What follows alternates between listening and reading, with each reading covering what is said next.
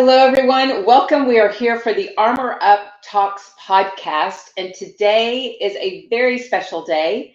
This is an odd day for us to have a podcast, but I had the opportunity to get together with this next guest, and I didn't want the opportunity to pass by any longer because what she is speaking to is something that in several of my coaching programs we have been discussing and talking about. And this guest is an expert in this arena, so it's going to be a super fun conversation around our emotions, around our stories, around all of the brain stuff that is happening behind the scenes that we're never aware of. And I am super excited to welcome Mona Cattan to join us for this. She owns Resolve It Coaching, and she has been in this industry for quite some time, and I would love to bring her on with me.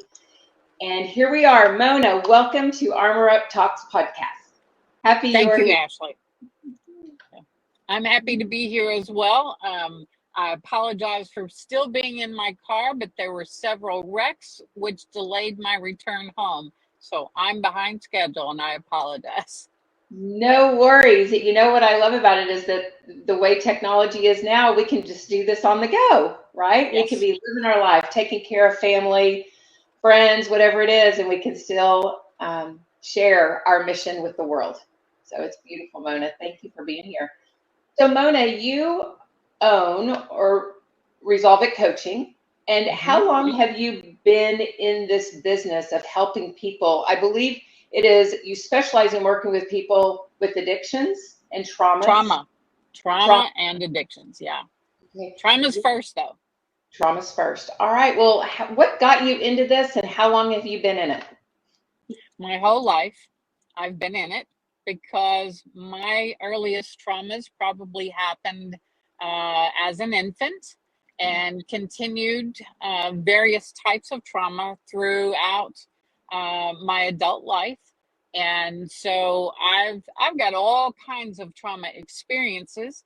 And even though I haven't been in combat, some homes are like a combat zone. So I'm very familiar with what that feels like. And I've certainly worked with combat veterans and sometimes was the first one to hear a combat veteran's trauma story after they returned stateside. Wow. Wow. What a service you're providing them. That is beautiful. And you were not in the service. Was any family member of yours in the service? My first husband was in the military. I actually grew up in what's called a bedroom community for Fort Knox. And that community still has the highest number of Vietnam veterans and the highest number of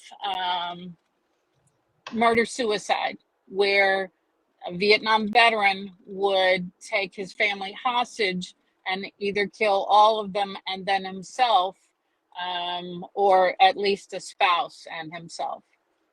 And wow. It's usually a male from Vietnam. So you have a lot of experience by living right inside of all of that. So you can help people that are truly experiencing it. That's beautiful, Mona. Beautiful. So Mona, that's pretty much what inspired you to get into it, was witnessing that and experiencing it for yourself. Would you say that's yes. True? And what I found was that people would come to me and just know that I was a safe person to tell their trauma stories to. And this would happen even when I was a kid and a teenager. And so I would help other people out of their trauma situations, especially if it involved abuse. My best friend when I was 13 was being sexually abused by a stepfather. And I reported that to the police and the paper, and I even got on TV. That was my first time on TV. But she was rescued by other family members from that situation. And, so it worked out well. She was saved. And although I went through a little bit of an ordeal because I reported it, it was still the right thing to do. And I'd do it all over again. Beautiful. Beautiful. You have a real servant's heart. You do.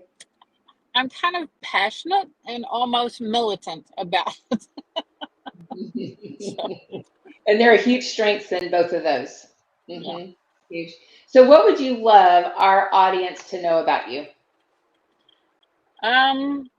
That not only am I a multiple trauma survivor myself, I have a different perspective because I look at trauma through a different lens. It gives me a very unique perspective. I see and hear trauma in ways that other people don't because I recognize that there are so many different types of traumas and that trauma is very individualized. Two people could be in the same car wreck. One might experience a trauma and the other one might not feel traumatized by it at all.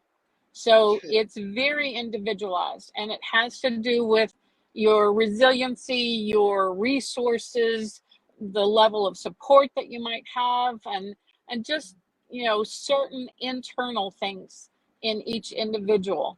So for instance, two kids could be bullied by the same bunch of bullies.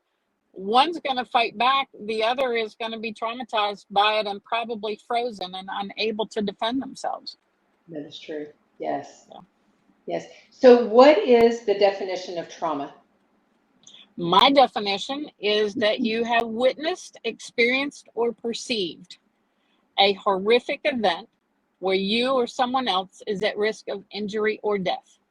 And that perceived part is especially important because even, it's like if you're a child and your parents are fighting in the next room, you can hear them, but you can't see them. And if something breaks or you hear a thud against the wall, a child's mind will make up the information that they don't have and they will imagine the worst. And so what we imagine is often worse than what we actually might see. Yes, isn't that truth? Yes, Mhm. our head brain is so fascinating in that it jumps straight into fight or flight, and then everything's recorded right through that subconscious mind. Well, And keep in mind there are 4 fear responses. So you've mhm. got fight, flight, freeze, and I call it appease, but the new term for it is now fawn. Fawn. Fawn. Yeah. Okay, but it's being appeasing. Appeasing, yes. People pleasing. If you've ever known someone who's a class clown, that is their way of dealing with an uncomfortable situation. They get up and they draw attention to themselves and they become the target so that they're protecting someone else, like mom or a sibling. Wow. Yes. Yeah, it's the perception that is the game changer here because Yes. how we perceive it based off of past experiences, Mhm. because usually our perception is based off of our past experiences. Is that correct, Mona? A Right. lot of the time. Yeah. Yeah. So, and the belief systems that go along with that. And so our perception can skew things Hmm. big time, but it's still the trauma, right? Right. You still have Hmm. that no matter if that perception was totally topsy-turvy out of the realm of what could be. It's the perception, and that is real to that person. And Right. so that's not something to push away, it's something to take seriously. Right. So if you're in traffic and somebody cuts you off, they may have had 20 feet in front of you, but because it appeared too close for comfort for you, your body goes into fight, flight, freeze, or appease mode, and you're in a fear response and you're in survival mode now. And Mm, so all you can do is think about it. All you can do is talk about it until you sort of integrated that experience into your reasoning until you make logical sense out of something that originally didn't make sense to you. mhm. And that can take an average of about 20 minutes for you to process through that adrenaline cortisol dump into the bloodstream, and Mhm. your thinking brain goes offline and you are in survival mode and your instincts take over, not learning but instincts. Mhm. Yeah. So you said 20 minutes to process that. So what is it with those that they go through that 20 minutes, but what about it carrying on for weeks, months, the continued thought process around that? And Mona, I hope we didn't just lose you. There you are. Um, what is happening in that where it's continued for long term? Well, if you keep thinking about it, then you keep your body in that survival mode. You're constantly getting new dumps of adrenaline and cortisol, the stress hormones, dumped into your bloodstream. And basically, what happens, I don't know if you can see my fist, it's a model of the brain. Let me see if I can. There we go. All right, so this is a brain in the normal state. It's a closed fist. The thumb is inside, and that's the amygdala in the center of the brain. And then when you get you know, okay, your disconnect, okay? And the amygdala is my thumbnail, and you can see where my thumb is attached to my hand. That represents Yes. the brain stem, the reptilian brain or the old brain where the instincts are, survival instincts. And logic, reason, and intellect are the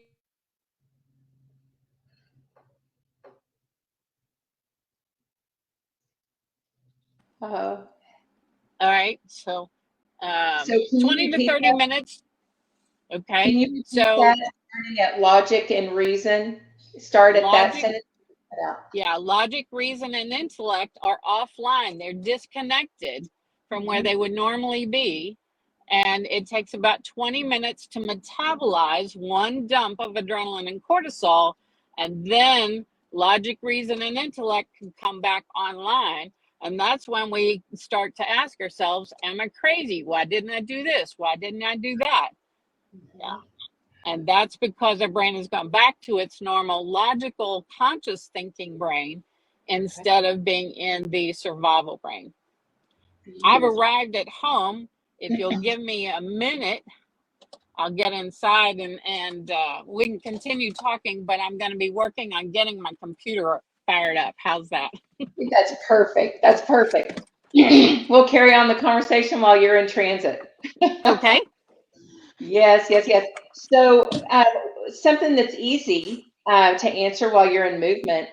Um, what is the mission for your business? My mission is to help resolve the impact of trauma and addictions on people's lives and to reduce the number of deaths by suicide because many of the suicides, and I would guess, I don't have any statistics to prove this, but I would bet that all suicides have some element of trauma and or addiction attached to them. And we already know that if you have a mental health issue and are using alcohol or drugs, you're at a higher risk for suicide under the influence. Yes. Okay. Wow. Wow. So, you've explained to us why you focus on trauma and addiction, but what is it and how do you help people through this? So you were just explaining all that happens in the brain. So what is it that you do to help people in a nutshell? So let me first add, if I may, that addictions are a way that we learn at an early age to cope with the emotional pain of trauma. And so, whereas a lot of people will pathologize trauma and addictions, I don't. Again, that's me looking through a different lens. And um, and so, what I do to help people is I hear. Um,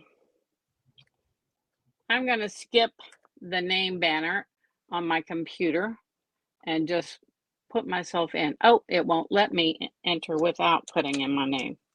Sorry about that. Thought I was going to be quick. There we go.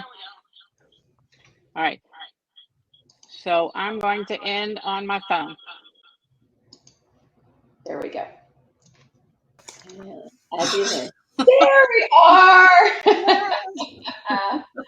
Talk about location freedom. Oh, that's fun. That is so fun.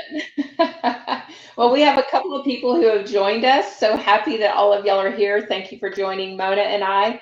We are speaking to the topic of trauma and addictions and how Mona helps her clients at Resolve It Coaching.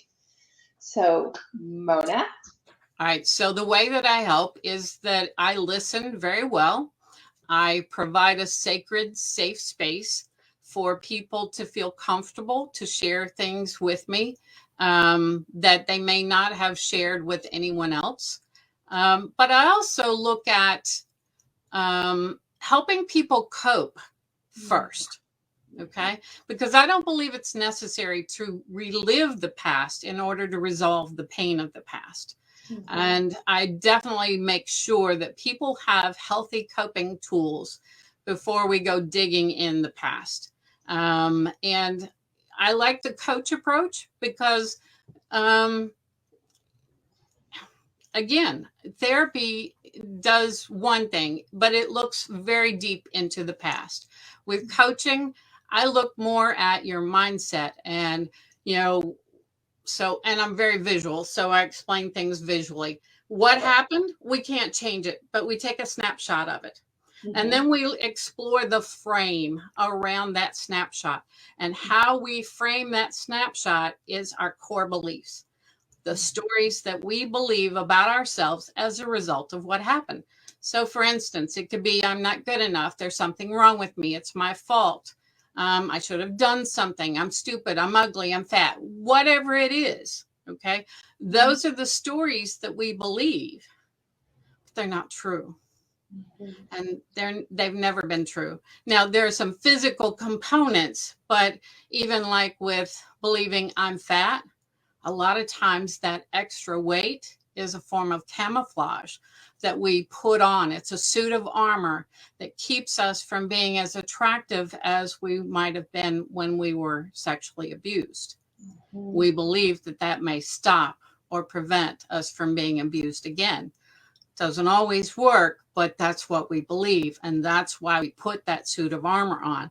So again, I look at even food addictions through a different lens. I see it very differently. And oftentimes, if we can resolve the trauma and change the core beliefs to healthy, positive, self-liberating instead of self-limiting, we look at self-liberating beliefs, then the need for the addiction goes away.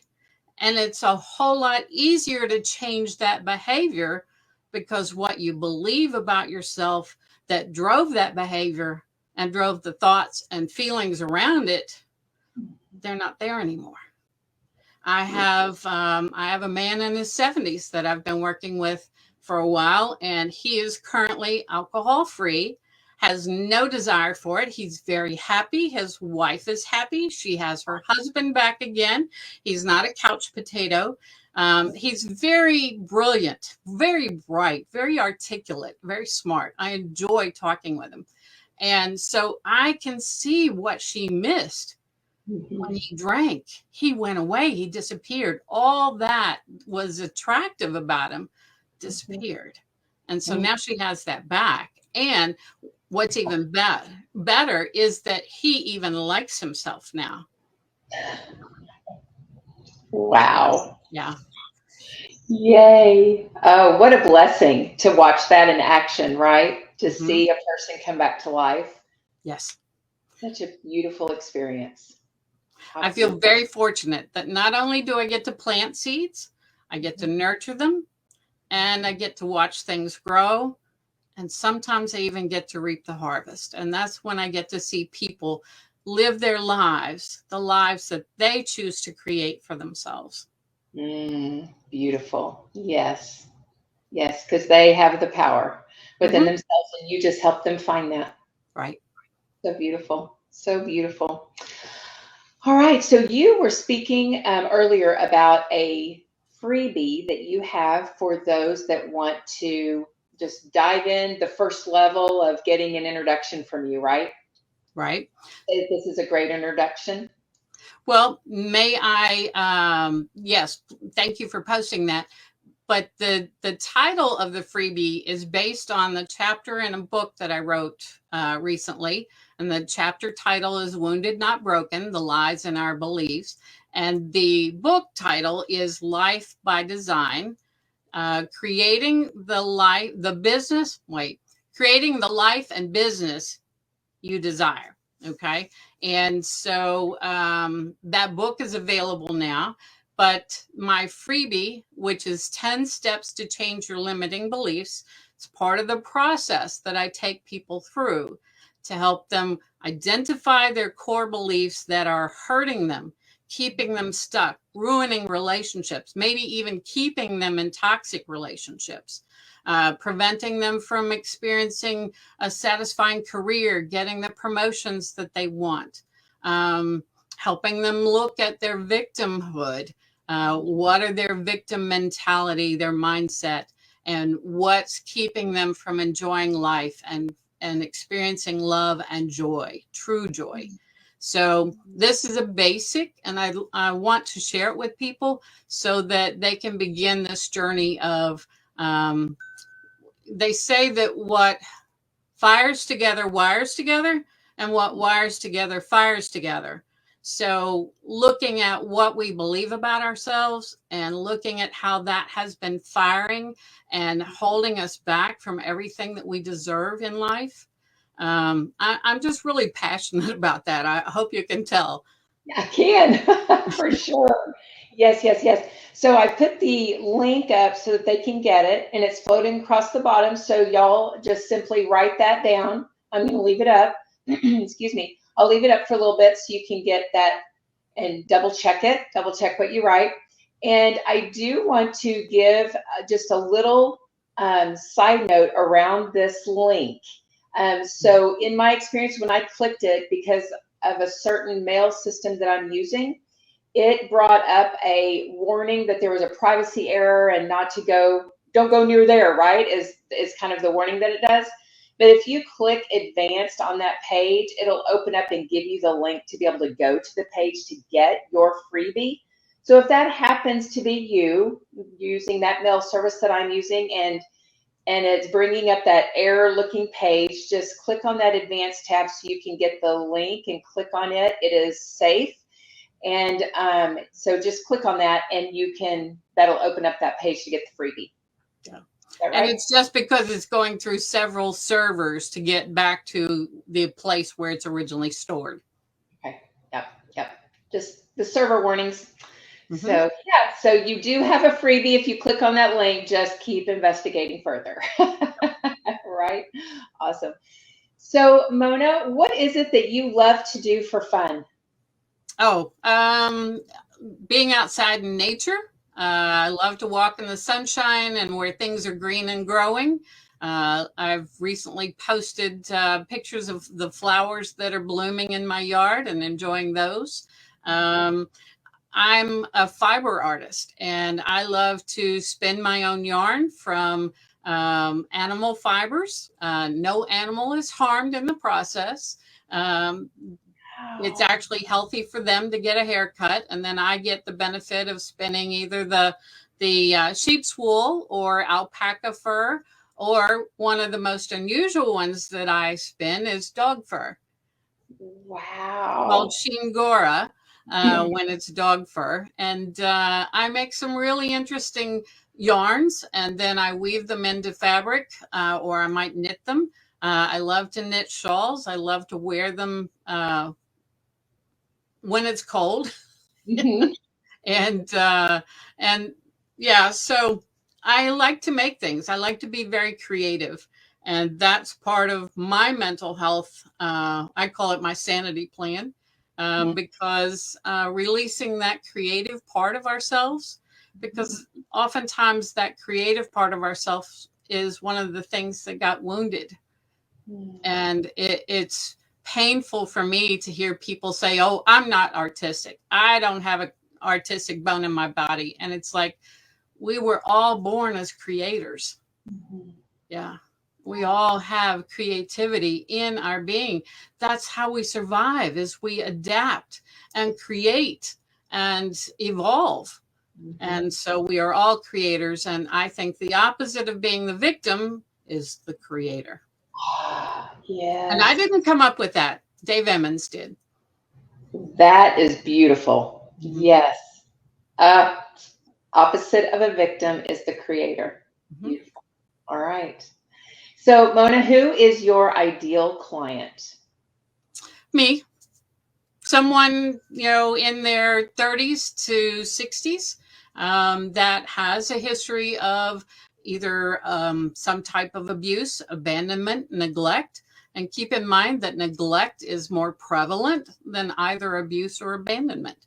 And so you could be traumatized by the neglect that you might have experienced, and probably have tolerated your whole life because it was normal to you. You may not have liked it, but it was the norm. And we often pick life partners that are the combination of the good and bad of mom and dad, and don't realize that we are just, instead of rewriting that story and writing a new ending, we're just reliving it over and over. And that's why one of my recent marketing messages starts with, are you living in a Groundhog Day nightmare of toxic relationships? Because that's what it's like. Until we figure out where we can make the changes, we're stuck in those patterns and just constantly running from the pain. And it doesn't have to be that way. And I'm proof of that, because with all the traumatic experiences I've had, I'm not stuck in my trauma. Sometimes I have excuses, which means I've lapsed into victim mode. But I love it when somebody points out to me that I'm making excuses, because then I get to take a hard look at myself and look at where am I and what do I need to change and what do I need to do to move forward. Because I'm not okay sitting in victimhood. That's not the neighborhood I ever want to live in again. Amen. Right? Yeah. Nothing goes right in that world. No. Nothing. No. No. No. No. Beautiful. Mona, what a pleasure to have you with us today. And those of you who joined us and those listening to the recording, check out Mona's freebie. And then there is a way, if they click on that freebie and they want to go further and have a conversation with you, will there be a way for them to do that after they click your freebie and read it? There should be some active links in the freebie that will take you to my calendar so that you can schedule an Inspire Your Vision session with me, a free session. Or you can go to my website or my email. Okay. All right. So I have your website here, Mhm. right? Resolveitcoaching.com. Yes. Great. Great, great, great. All right, y'all. Two places where y'all can go and get in contact with Mona. And again, what a privilege it has been, Mona. Thank you for joining us today on Armor Up Talks podcast. We look forward to seeing you at the 1st of June when we will have our normally scheduled podcast, but you never know, there could also be another surprise one in the mix. So hang tight, and we look forward to seeing you next time. Bye, everybody. Bye. Thanks, Ashley. You betcha. Thank you, Mona.